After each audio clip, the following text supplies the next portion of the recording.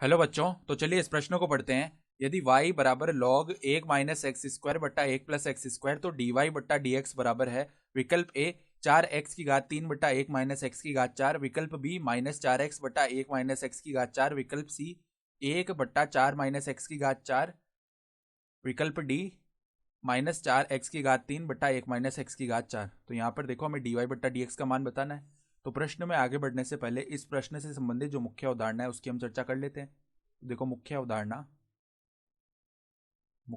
क्या हो जाएगी। यहाँ पर अवकलन के कुछ सूत्र पता होने चाहिए हमें कि log x का जो अवकलन है x के सापेक्ष क्या होता है 1 बट्टा एक्स। ठीक है, साथ ही साथ देखो अगर दो फलन इस प्रकार लिखे हुए हैं u बट्टा वी के रूप में तो इनका हम अवकलन कैसे करते हैं। पहले देखो बट्टा में आ जाता है वी स्क्वायर, फिर हमने v को स्थिर रखा, u का अवकलन कर देंगे, माइनस में फिर u को स्थिर रखा और v का अवकलन कर देंगे। इस प्रकार होता है अवकलन। तो अब देखो y बराबर में क्या लिखा हुआ है, y बराबर में लिखा हुआ है log 1 माइनस एक्स स्क्वायर बट्टा में 1 प्लस एक्स स्क्वायर। तो दोनों तरफ हम x के सापेक्ष अवकलन कर देते हैं तो dy बट्टा डी एक्स बन गया बाएं पक्ष में। और पहले यहाँ पर देखो log x की तरह इसका अवकलन करेंगे तो 1 बट्टा एक्स की बन जाएगा, यानी 1 बट्टा 1 माइनस एक्स स्क्वायर, और जो बट्टा में 1 प्लस एक्स स्क्वायर आएगा वो ऊपर चला जाएगा तो 1 प्लस एक्स स्क्वायर बन गया। ठीक है, ये बन गया।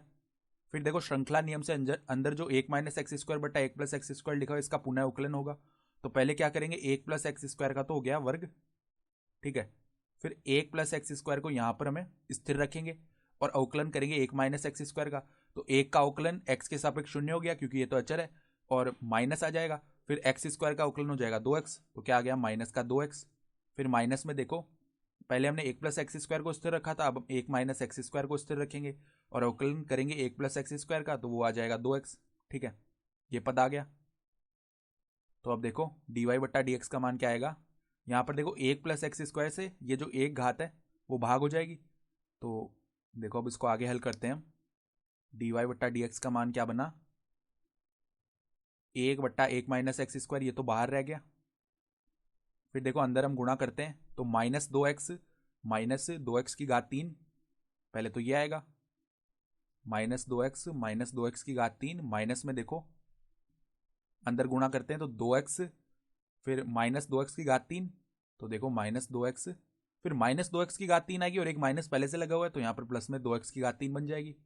बट्टा में क्या है, बट्टा में 1 प्लस एक्स स्क्वायर है तो 1 प्लस एक्स स्क्वायर। तो यहाँ से हम देख पा रहे हैं देखो माइनस 2x की घात 3 और प्लस 2x की घात 3 ये तो आपस में शून्य हो गया। ऊपर माइनस 2x माइनस का 4x हो गया।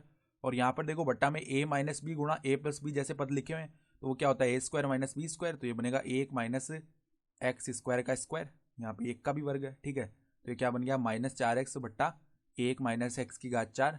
तो ये आ गया हमारे पास में डी वाई बट्टा डी एक्स का मान। तो अगर हम विकल्प देखें तो देखो -4x बट्टा 1 माइनस एक्स की घात 4 ये कौन सा विकल्प है, ये हमारे पास में विकल्प बी है। तो ये हमारा सही उत्तर हो गया। तो आशा करता हूँ कि आपको ये प्रश्न समझ में आया होगा। धन्यवाद।